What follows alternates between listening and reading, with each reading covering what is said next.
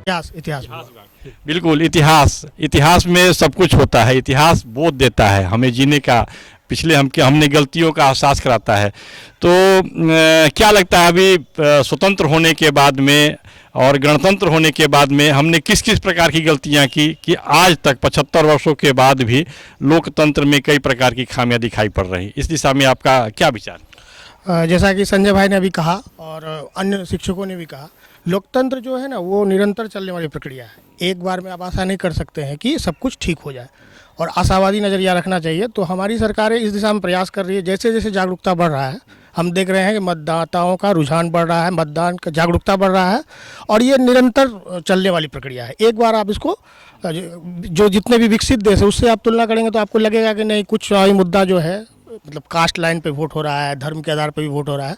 लेकिन ये भी आपको मानना होगा ये हमारी सच्चाई है समाज की, क्योंकि लोकतांत्रिक समाज में आप जाति को और धर्म को भी अनदेखा करके आगे नहीं बढ़ सकते। आपको उसको लेके चलना होगा। जैसे कि जो वर्तमान सरकार का यहाँ जो चल रहा है, आप देखिएगा कि पिछड़ा अति पिछड़ा वर्ग में या दलित महादलित वर्ग बनाया गया, इसीलिए क्योंकि सामाजिक समीकरण जो है उसको और नीचे के तबके तक ले जाया जा सके। तो इसको आप झुठला नहीं सकते हैं। और जहाँ तक मतदाताओं की बात है तो जागरूकता बढ़ रही है। और इस बार हम संजय भाई से चर्चा भी चल रही थी हम लोगों की कि नहीं, इस बार चुनाव में पहली बार हमें ऐसा लग रहा है कि बड़े नेता अगर नहीं भी आएंगे कैंपेन के लिए तो लोग कहीं ना कहीं एक मन बना चुके हैं और वोटिंग के प्रति रुझान बहुत ज़्यादा है। इस बार पहली बार ऐसा फील हुआ।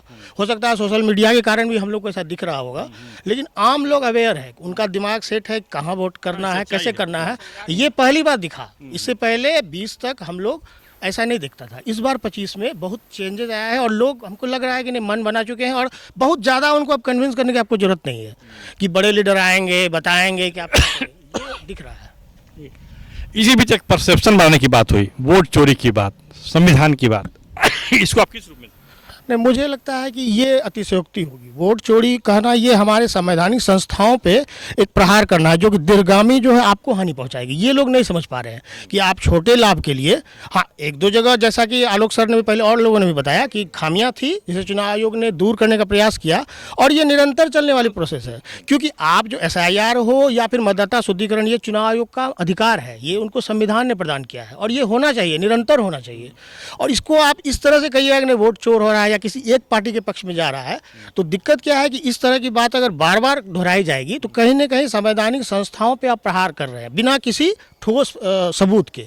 तो ये होगा कि फिर दूसरी पार्टी जब सत्ता में आएगी तो फिर वो खोजेगी कि कोई न कोई बहाना लगा के फिर हम ऐसे करते हैं। ऐसे में क्या होगा, संस्थाओं का पतन होता चला जाएगा। बिहार विधानसभा का ये चुनाव है, इस पर देश ही नहीं विदेश की भी नज़र है जी। आप इसको किस रूप में देख रहे हैं? मैं बहुत सकारात्मक दृष्टि से देख रहा हूँ और बिहार का चुनाव जो है इस मायने में बहुत ही, अभी तक जो पहला चरण का हुआ और दूसरा चरण भी कल हम लोग जाने वाले हैं, उसमें बहुत ही शांतिपूर्ण ढंग से और बहुत ही जागरूक मतदाता अपने मत का प्रयोग कर रहे हैं। भयमुक्त वातावरण में चुनाव हो रहा है और आपका ये भी दिखा होगा 65% मतदान हुआ और कहीं भी कोई भी रीपोलिंग की नौबत नहीं आई किसी भी बूथ पे।